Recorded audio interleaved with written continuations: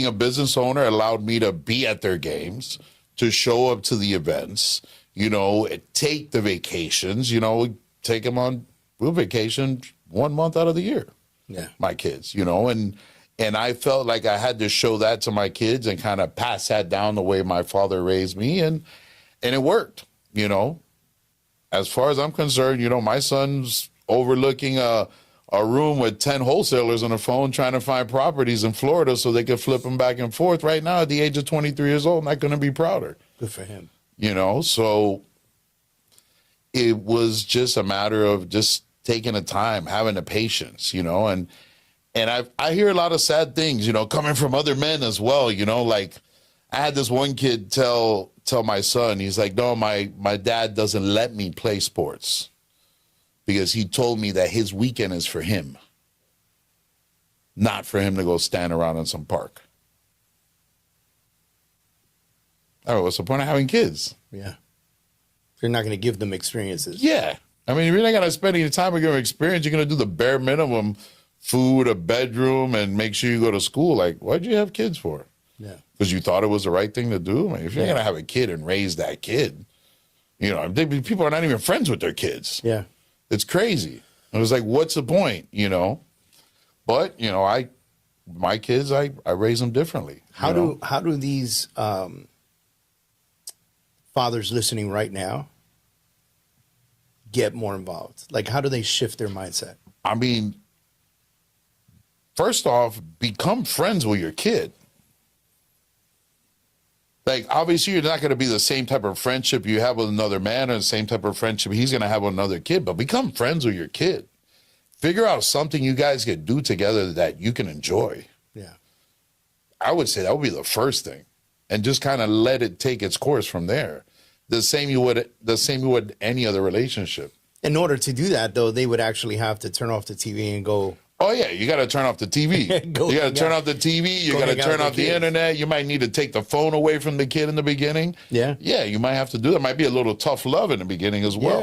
Yeah. If you want to be present, they got to be present too. Of course. Yeah. Of course. Of course. And don't be scared to give your kid tough love.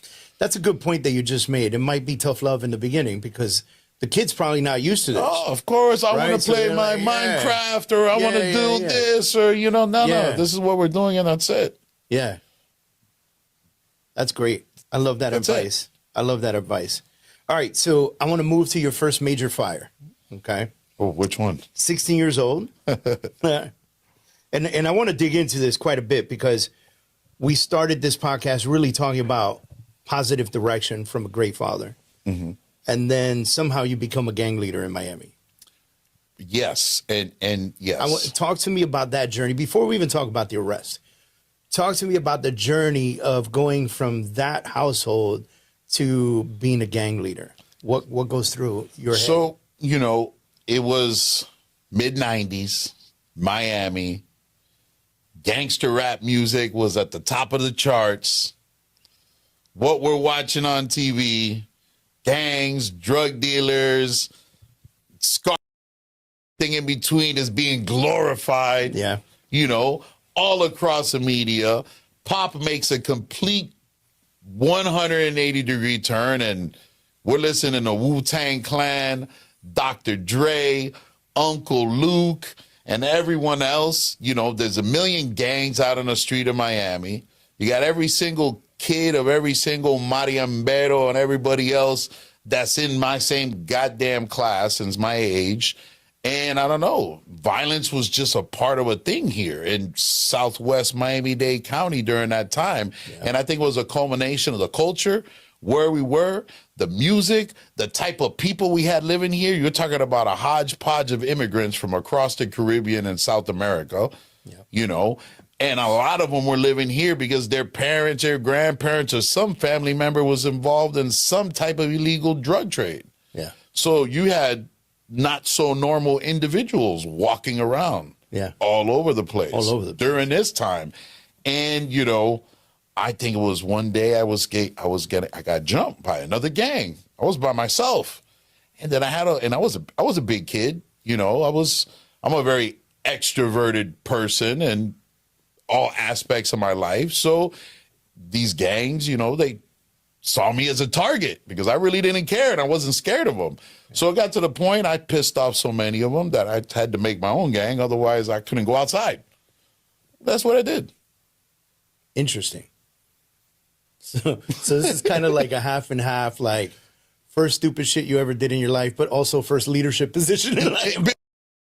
Exactly. I just heard you say exactly. So I said, I looked around. My own company and I we was took like, over. listen, so I'm not going to join your gang. I'm not going to join. I'll just make my own. You know what I mean? That's what I did.